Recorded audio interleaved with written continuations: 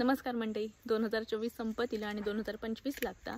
खरा तर ह्या आमचा नवीन वर्ष नाही. आमचा नवीन वर्ष सुरू होतलं गुढीपाडव्यात.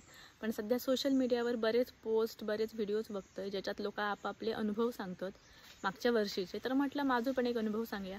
एक छोटासा किस्सा तुमका सांगते. तुमका माहिती असतलाच की मी सध्या कुरिअरा करतोय.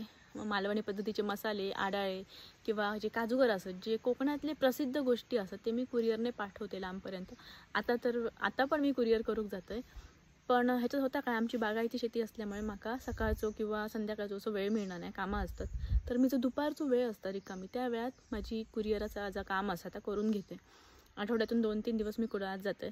तर असाच काही दिवसांपूर्वी मी कुडाळात जाय होते आणि मी काय करते माहीत आहे, कुरिअरकडे जाताना ना सहसा हायवेचा रस्तो घेते. हायवेचा जो सबवे असता त्या रस्त्याने जाते, कारण तिकडे ट्रॅफिक कमी मिळतं. कुडाळात पण सध्या बराच ट्रॅफिक वाढता आणि माझ्याकडे कुरिअरचं सामान असतं. मोठे मोठे खताचे पिशवे भरलेली पार्सला वगैरे असतात. तर ती ट्रॅफिकच्या रस्त्याने जाण्यापेक्षा म्हटलं त्या बाजून जाऊया. तर असंच मी काही दिवसांपूर्वी जा होते सबवेन आणि तिकडे ना 2 छोटीशी पोरगी, म्हणजे माझ्या प्रसाद येतो एक मुलगो आणि अगदी 7-8 महिन्याचा एक लहानसा पोरग्या, ते का नुकता बसाक ये होता त्या रस्त्याच्या कडे फुटपाथवर बसलेली. निंबार होता. मी दुपारचं काय होते म्हणजे साधारण 1:15-1:30 वाजलेलो आणि त्यावेळेला ती निंबरात बसलेली आणि आजूबाजू कोणी एक माणसं नाही. मी गाडीवर होते, मी पुढे गेलो आहे, पण माझं मन ना लागय ना. म्हटलं ही 2 पोरगी अशी एकटी की त्या बसली असतील. पुढे गेले आणि परत गाडीवर मी पाठी गेले आणि त्यांना विचारले की आई खय तुझी. तर तो हिंदी बोलाक लागलो पोरगो. तर म्हटलं खय असत आई बाबा. तर म्हणाले तिकडे असत ते बघ लांब.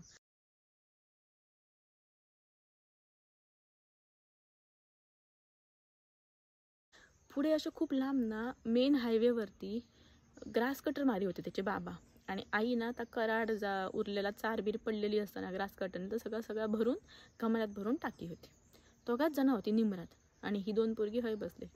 मी त्याला विचार तू जेवलंस? तर म्हणायला लागलो नाही. म्हटलं काय खाल्लं? तर नाही. त्यांच्या बाजूक एक छोटासा घम्याल होता.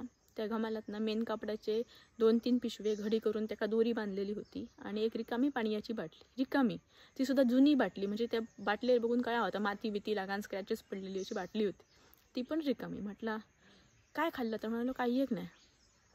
आम्ही पुढे गेले. माझ्याकडून जा काय होत तर मी त्यांना दिलं आहे. त्या खराब बोलायची गोष्ट नाही होती, कारण आई म्हणता की एका हाताने दान केलं तर दुसऱ्या हातात कळतं नाही. असा दान व्हाय तर ते दाना करता, नाहीतर त्या पुण्य आपणाला मिळणार नाही. पण सांगायची गोष्ट ही होती की जेव्हा आपण आपल्या आजूबाजू बघतो ना तेव्हा आपणाला लक्षात येतं की आपण किती सुखी असू, आपल्याकडे काही नाही असं. तर माका ह्याच तुमका नवीन वर्षात सांगायचं असा की जेव्हा कधी तुमका असं वाटत ना की तुमच्याकडे ह्या नाही असं त्या नाही असं, तेव्हा तुमच्यापेक्षा जे गरीब लोक आहेत त्यांच्याकडे बघा. म्हणजे काय होतं, आपण किती सुखी असू ह्या आपणाला कळतं, आपण किती समाधानी असू. आता ती 2 पोरगी उपाशी पोटी थंय बसलेली आणि त्यांचे आई बाबा ते निमरात ते काम करी होते आणि हिंदी बोलणारे होते, म्हणजे आपल्याकडचे नाही असं. आपला घरदार सोडून ते इतक्या लांब इलेत. तर माका पण खूप भरा निला त्यांच्याकडे बघून आणि असं वाटलं की ह्या तुमच्यापर्यंत शेअर करूचा, कारण हल्ली डिप्रेशन सुसाईडचा प्रमाण बराच वाढला. लोकांका वाटतं आपण काहीतरी कमी असो, आपल्यात काय नाही असा, काहीतरी कमीपणा असा म्हणून आपण पुढे जाणव नाही.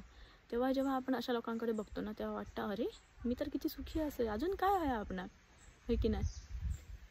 जय महाराष्ट्र.